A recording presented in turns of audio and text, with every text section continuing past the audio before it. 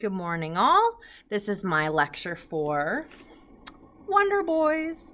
So, as you can see, I have several notes here. I also took a list of the comments that you all had.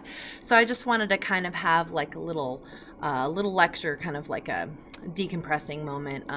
The sad thing about being in an online class is you can't have the organic discussion that you would have in a classroom. You can't discuss and dialogue as you go. It's unfortunate, but it's kind of like the nature of the beast. So I'm taking what you all have.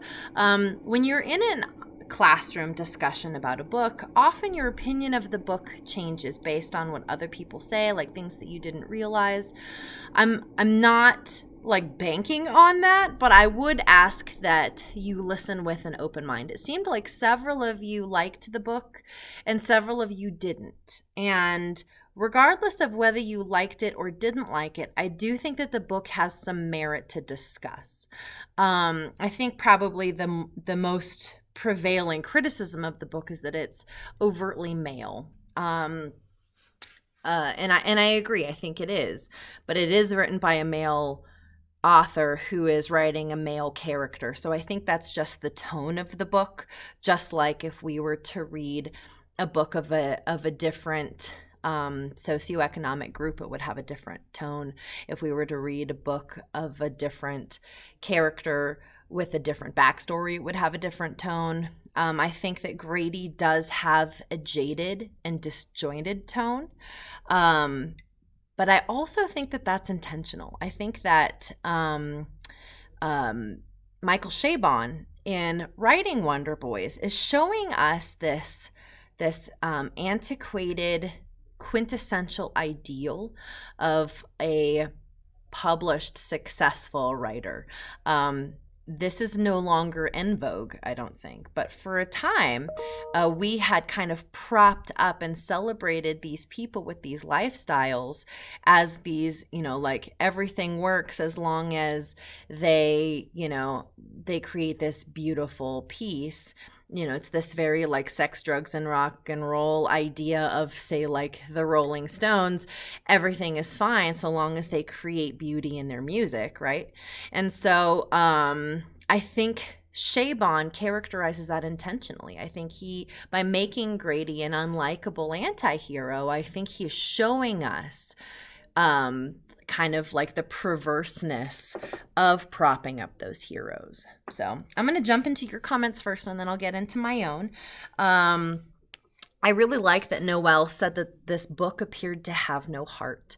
And I think that is related to the emotional disjointedness of Grady as a narrator. I think that because of his personal traumas, he was afraid to connect, which I also see in Amanda's comment that the women were flat, but the women were flat on purpose. And I'll come back to that, but I do see this prevailing theme of Grady wanting to keep people flat and predictable and usable in that way.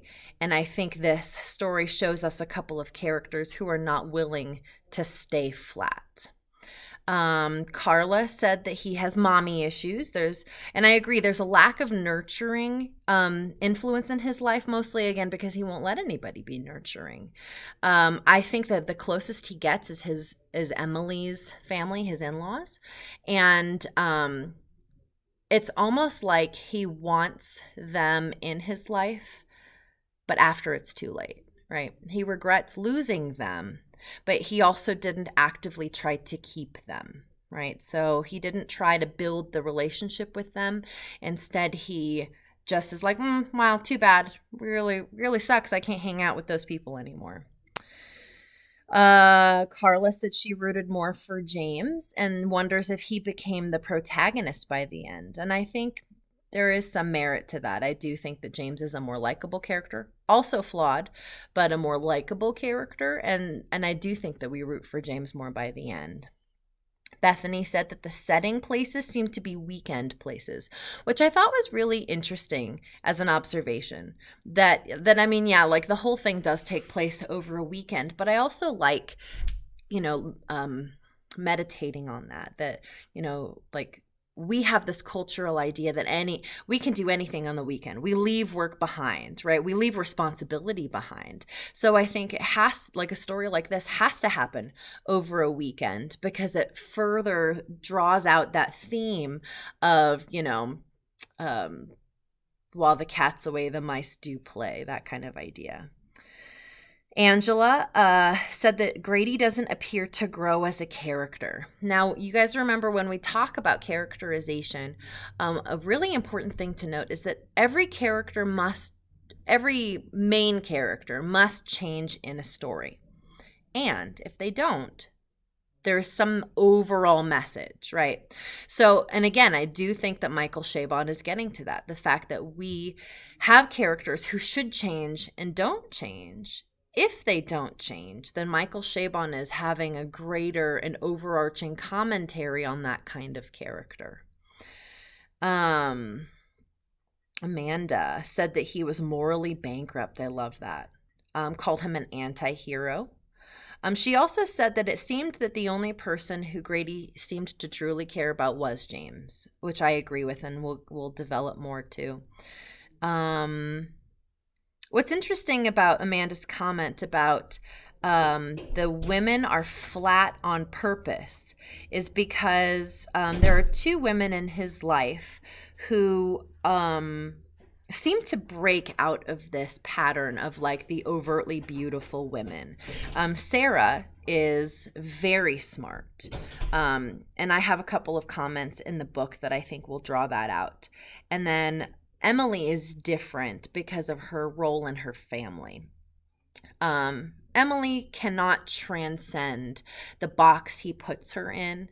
She tries, and she's very beautiful, but she's different from the way that he describes other women. I think it was Amanda who said that most of the women that he's been with before have been just described as beautiful and shallow. Emily, I don't see as shallow, but she still can't transcend into any kind of other role in his life because he won't let her. And it seems that her family is the only thing that makes her different. Sarah, on the other hand, seems way different, not only because she's more powerful than him. She has like a higher ranking job, and she certainly seems like way better than him in terms of like character and like personality.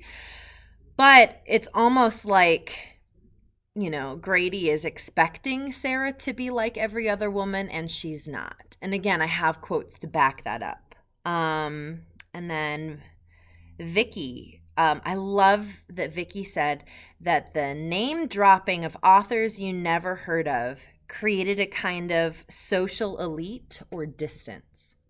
Loved that. And I think that's intentional, right? Because these authors that he's name dropping aren't actually real people, right? And so the fact that he's name dropping all of these people you never heard of creates that elite distance.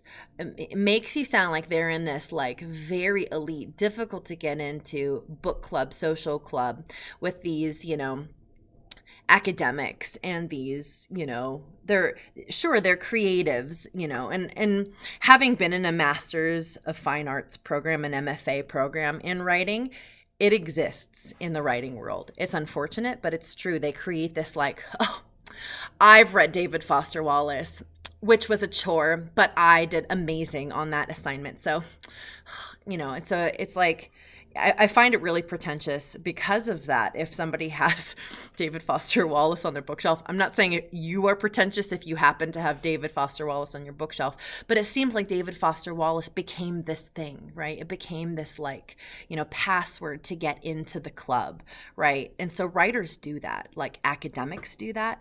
Writers do that, creatives do that. So when you have all three of those categories into one social group, they create this like unachievable elite group of people.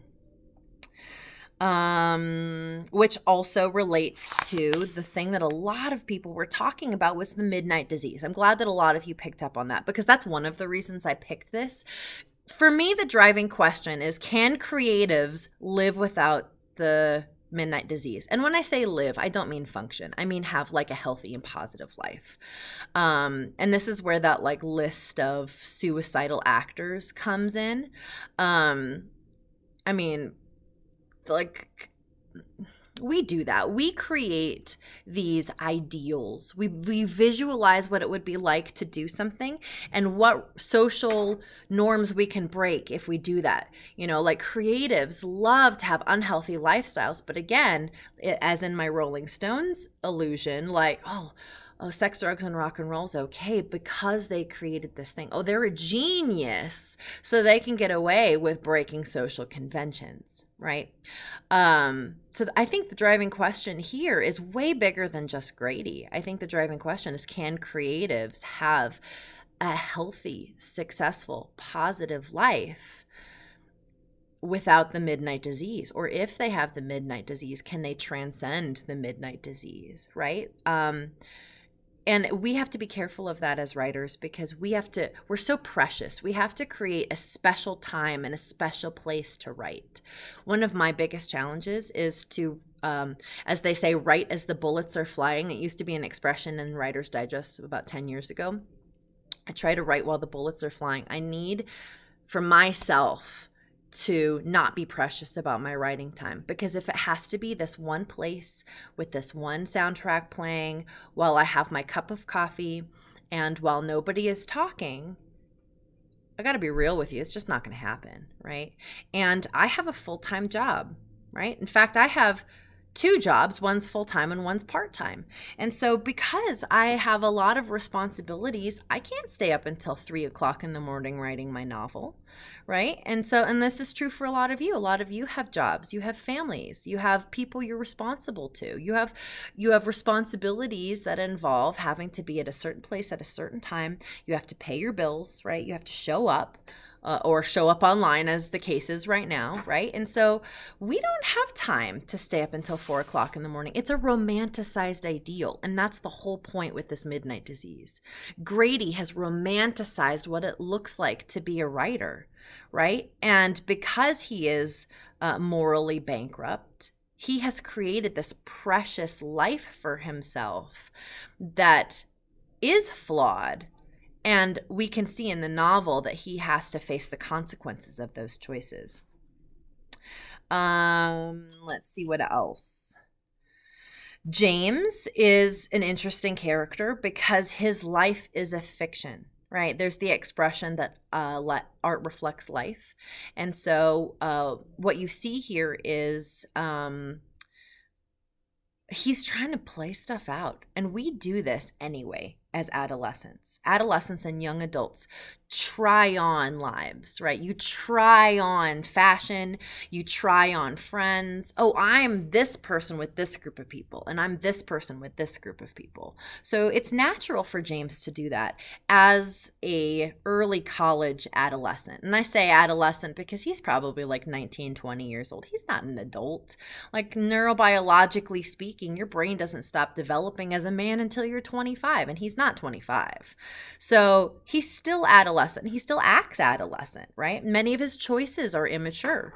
And so he is testing those boundaries and trying on this new life, and he's experimenting, which again, I think is very cultural. Like we have said that it's okay for people to experiment while they're in college, but we give no like framework for that. I think Grady was somebody who experimented in college and never grew out of it. James is somebody who is experimenting in college, and Grady is his very terrible mentor, right? Because he sees himself in the very young James. We also see a lot of showing and telling, which is another reason why I picked this book.